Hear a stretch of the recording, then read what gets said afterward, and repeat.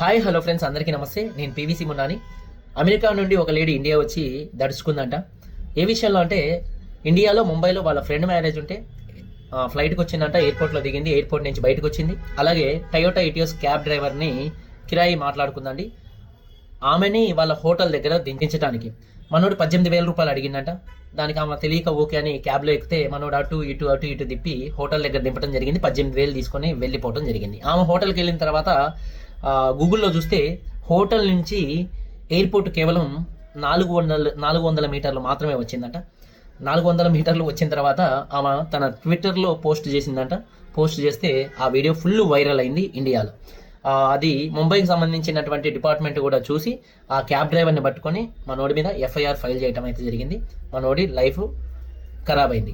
ఎవరైనా foreigners cab డ్రైవర్లు కానీ ఆటో డ్రైవర్లు కానీ మీరు గమనించాలండి. ఎవరైనా ఫారినర్స్ వస్తే మాత్రం వాళ్ళ దగ్గర ఎంత రేట్ అయితే ఉందో అదే రేట్ అడగండి, లేకపోతే 100 రూపాయలు అడగండి.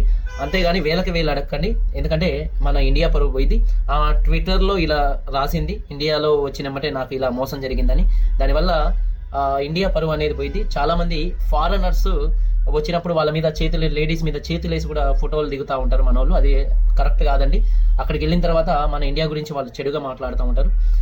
అయితే ఈమె ట్వీట్ చేసింది, వాళ్ళని పట్టుకొని వాడిని అరెస్ట్ చేయడం అయితే జరిగింది. కాకపోతే చాలా మంచి ఆమె అనమాట, ఈమె అమెరికన్ లేడీ. తర్వాతకి ఇండియా మీద ఎటువంటి నాకు ద్వేషం లేదు. ఇండియన్స్ చాలా మంచోళ్ళు. నా ఇండియన్ ఫ్రెండ్స్ కూడా చాలా మంది ఉన్నారు అమెరికాలో, చాలా మంచోళ్ళు అని ఆమె మళ్ళీ ఇంకొక ట్వీట్ అయితే పెడతాం అయితే జరిగిందంట అండి. చాలా హ్యాపీ ఈ విషయంలో. కాకపోతే వేరే ఫారినర్స్ ఇండియా వస్తే మాత్రం వాళ్ళని మోసం చేయాలని చూడకండి. వాళ్ళ మీద ఎగబడి లేడీస్ మీద వాళ్ళని పట్టుకొని ఫోటోలు దిగాలని మాత్రం ట్రై చేయకండి. మీరు వాళ్ళని అయితే ఇబ్బంది పెట్టే కార్యక్రమాలు అయితే ఏం చేయకండి. దానివల్ల ఏంటంటే మన ఇండియా పరువు అయితే పోయిందండి.